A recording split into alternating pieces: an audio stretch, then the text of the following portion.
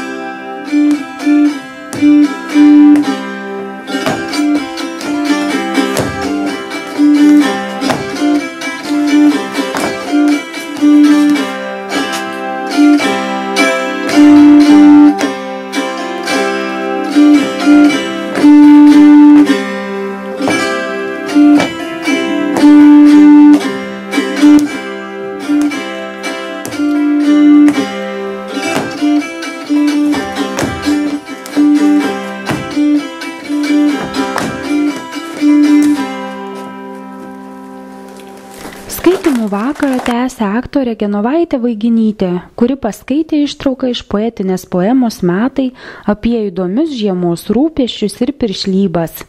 Ši ištrauka ne vienam donelaitininkui sukėlė juoką. Mat nepagražinta Kristijono Donelaičio kalba visiems susirinkusiems atskleidė tikrą patriarchalinį kaimo būrų gyvenimą ir buitį.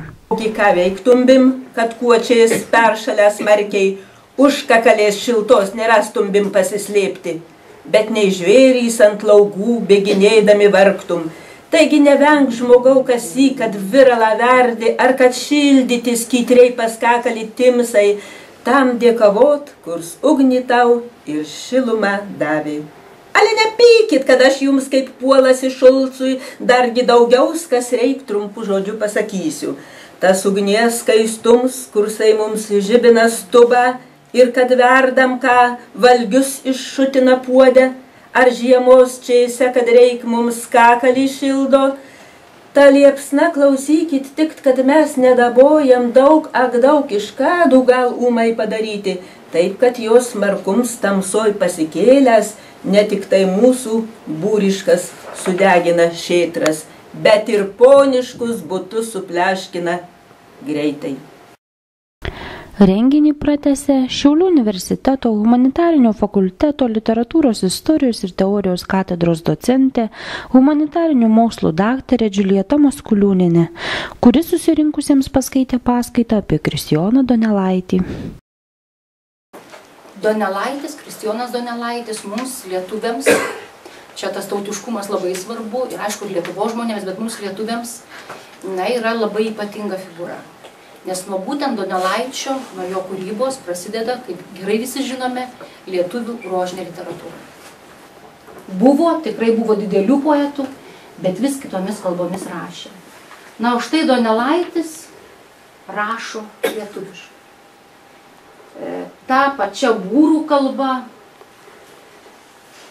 kuri neturi kažkokių didelių labai teisių.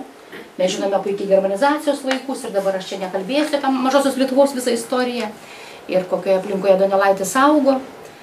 Taigi ir labai dažnai taip ir sakoma apie Kristijoną Donelaitį, jog jis atsirado tarsi plyname lauke. Šitokio kalibro, tokio dydžio, tokio masto kūrėjo šalia Donelaičio tuo metu nebuvo. Reikėtų paminėti ir kai ką iš Donelaičio biografijos. Labai įdomi jo šeima buvo. Kristijonas, kaip žinome, poetas, o kiti vaikai, pavyzdžiui, Mykolas buvo auksakalys, o pats ir Donelaitis mokėjo daryti barometrus, kaip žinome, laikrodžius. Ir ta aplinkybė man visada nedavė ramybės ir galvoju, kągi tai galėtų reikšti. Ir štai man labai netikėtų būdų susisieja šitas toks smulkmeniškas, kruopštus laikrodžių, barometrų, fortepijonų gamintojo talentas. Nes kas tai yra šlifuoti optinį stiklą rankomis. Visą tai reikėjo ar laikrodį surinkti rankomis. Man tai labai siejasi su Donelaičio hegzametru. 13-pėdė pėda, kuri yra kirčiuotų ir nekirčiuotų skiemenų derinimas, tam tikra tvarka. Ir kai mes sakome, jau saulelė vėl atkopdama budino svietą, puikiai mokame visi tą pradžią. Tai mes nejaučiame jokio pasipriešinimo, labai gražiai tai ir pasako. Ir žiemos šaltos triūsus pargriaudama juokės. Bet juk čia yra ypatingų būdų suderinti ilgieji ir trumpieji skiemenys tas kirčiavimas. Ir mums visiškai nekliūva liežuvis, atrodo, kad pačia taip ir turi būti.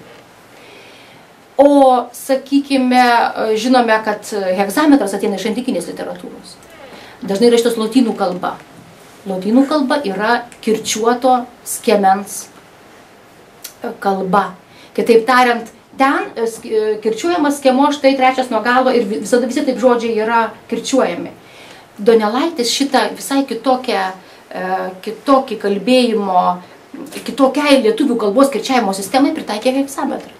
Ir pritaikė jį visiškai tobulai, galima sakyti, mes nejaučiame jokio pasipriešinimo, skaitydami Donelaičio hegzametro eilutes. Lietuvos teatro aktorė skaitovė Genovaitė Vaiginytė paskaitė trumpą ištrauką iš Pričkaus pasakos apie lietuvišką svodbą. Buvo du būrų, senovės pasaka sako, vieną visas kiems tyčioms vadydavę slunkium, o kitam per pravardį pelėdą pramanęs. Bet nesidivykit, dėl ko jiem taip pasidarė. Juk lietuvninkams per juoką daugel užeina, kad kaimyns užgerdam skūmą maita vadina. Ilzbe savo kukarką pasenusią bobą, daug skaniai keptų ir šutytų atnešė valgių. Jautienos riebios, kiaulienos ir žąsienos, plaučių ir kepenų ir blėkų didelį puodą. Tuos valgius visus svečiams į bliūdą supiltus, Krizas su pačia meilingai ragina valgyti. Štai ant skysto jaus ištraukęs didelį peilį, virtas ir keptas mėsas jau pradeda pjaustyti ir ant luobų ar lentelių pametas stukiais. Nes apsirijęs jau nežino mandagiai elgtis, o kitsai taip jau be peilio ėda iš rankų. Šiaulių miesto garbės pilietė gydytoja Jūra Nijolė Daulenskienė pasirinko ištrauką iš Žiemos rūpesčių, o ją paskaitė iš savo 1938 metų leidimo knygos. ant žiemos nasrai jau vėl rūstaudami grįžta ir šiaurys pasišiaušęs vėl mus atlieka gandint. Vei, kaip ant ežerų visur langai pasidaro, lygiai kaip antai stikliorius įdeda stiklą. Taipgi namai žuvų, kur varlės vasarą šventė, dėl barnių žiemos nei su šarvais užsidengia ir tamsoj miegot kiekvieną gyvolį siunčia. Ant laukus žemys jau taip nugandino bardams, kad ir balos, ir klampynės pradeda rauktis, ir purvynai jų teškenti ir šliurpt pasiliaugia. Šiaulių universiteto dėstytoja Irena Sabienė taip pat papasakojo apie savo atsineštą Kristijono Donelaičio knygą Metai. Buvo tokie gražūs laikai Joniškėlio vidurinėje mokykloje Pasvalio krašte. Ir kiekvieną renginį ir moksleivio nuopelnus vertindavo knygomis. O knygos tai buvo vienas iš didžiausių turtų. Ir taip mano bibliotekoje susikaupė 4 klasėje pirkta Stevensono Lobių sala ir užsirašiau, kad mamai reikėjo pirkti knygų, nes kitaip algos nedavė. Yra toks įrašas. O kitos knygos buvo dovanotos mokyklos vadovybės už deklamavimą, už kiekvienų metų vaidinime laimėtus vaidmenis, už karnavalinius vaidmenis.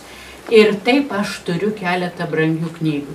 Viena iš jų Metai, o kita Nuzulinta. Jau visų daugybę metų skaityta kaip meninė albumas Salomėja Nėris. Kitas donelaitininkas Kazimieras Celestinas Alminas visiems susirinkusiems žemaitiškai paskaitė ištrauką iš Pavasario linksmybių. Jau saulelė vėl atkopdama budina sveitą ir žeimo šaltos triūsus pargriaudama jaukės. Šalčių pramonės leda sugaišti pagavo ir putuodam sneigs į nieką pavirtą. Tuo laukus orą drungnį gaivindami gluosti ir žolelis visokias iš numirusių šaukė. Krūmas sušilas visas išsibudina keltais, o laukų kalną su kloniais pametė skrondas, vislapkas rudens bjaurybė numirė verkdams. Vislapkas ežer gyvendams paržėmėvoja, ar po savo kelių paržėjimą buvo meiguojas. Vislab tuo pulkas išlinda vasarą sveikinti. Taip skamba Donelaitį žemaitiškai. Renginys Metų pradžia su Kristijonu Donelaičiu baigėsi Kristijono Donelaičio draugijos Šiaulių skyriaus įkūrėjos ir pirmininkės Izolinos Lingienės pasakojimu apie jau nuveiktus ir dar planuojamus nuveikti darbus. Tai va, jeigu jau saulelė kopdama vis tiek būdinas vietą, tai reikia eiti ir prie konkrečių darbų. Dabar kas padaryta?